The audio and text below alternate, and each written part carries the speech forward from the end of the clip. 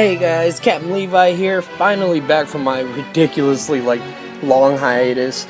I've just been real busy with streaming and whatnot, but on the bright side, man, I had the #1 viewed Star Ocean 5 stream on release date, which is pretty freaking cool. But guys, today's video is about the very first main character of the Final Fantasy series, Firion. Remember, Final Fantasy 1 didn't have a main character, so Firion is actually and indeed the first main character to the series.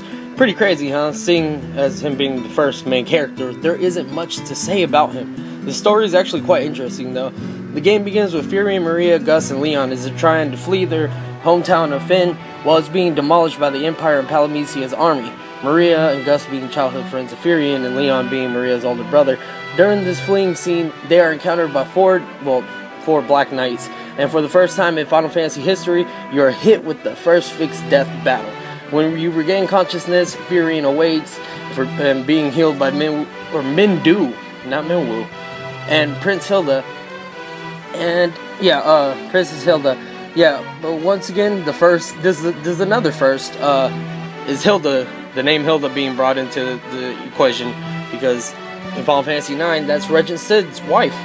So yeah, the party quickly finds out that they were rescued by the Wild Rose Rebel Army. Wild Rose also being the name of Queen Brahne's personal airship in Final Fantasy IX.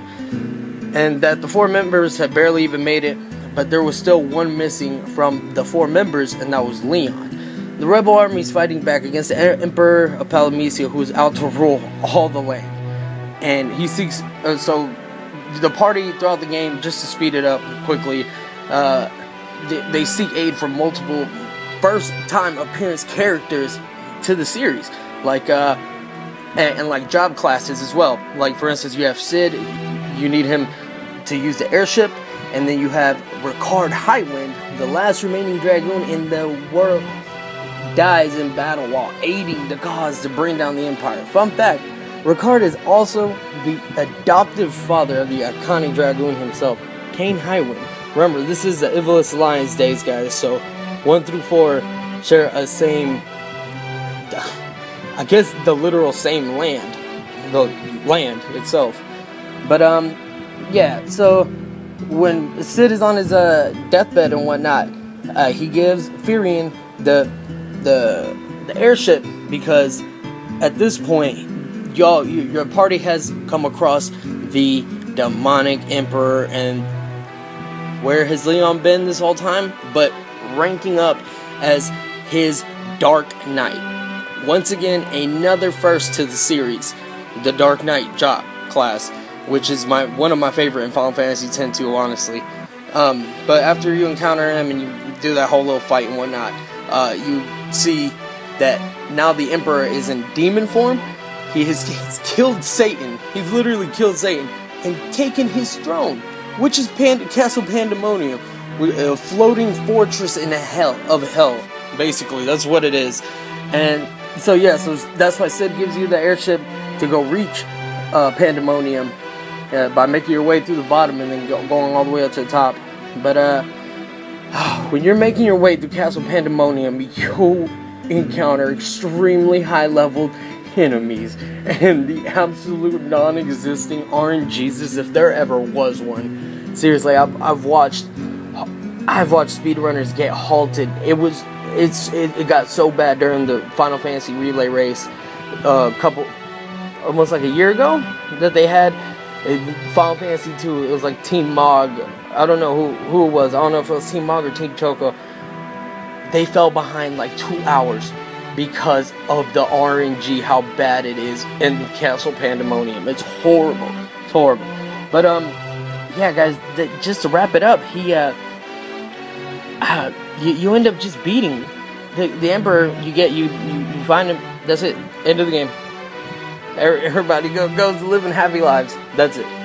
That's all that happened. But then in the Game Boy Advance edition, which is Dawn of Souls, they added in the death side of the story for the 4 characters that died throughout the story, which is Cid, Mindu, Joseph, and what's his name, Ricard. And you get to play their side, their dead side, so from which point they died in the game until you reach the very end, and they get to watch you beat the Emperor. But yeah, guys, for anything for Sid, or not Sid, Firion himself, the design that he gets, that with all the weapons and whatnot, comes from the literal progression system of this game. Because it's not a simple level 1 through level 99 easy grind, just go farm it up. No, you have to actually use weapons, different weapons, and get used to them. So when you first equip an axe or sword or something, if you're not familiar with that kind of weapon, more than half of your hits are going to miss. But until you start using it enough, you eventually get better with it. As you get familiar with it, you get attributes like status or strength and magic, MP, all that gets increased from this progression system. So it's actually different. It's the only one in the series that actually really pulled that off. I think that's pretty cool, that how they did that.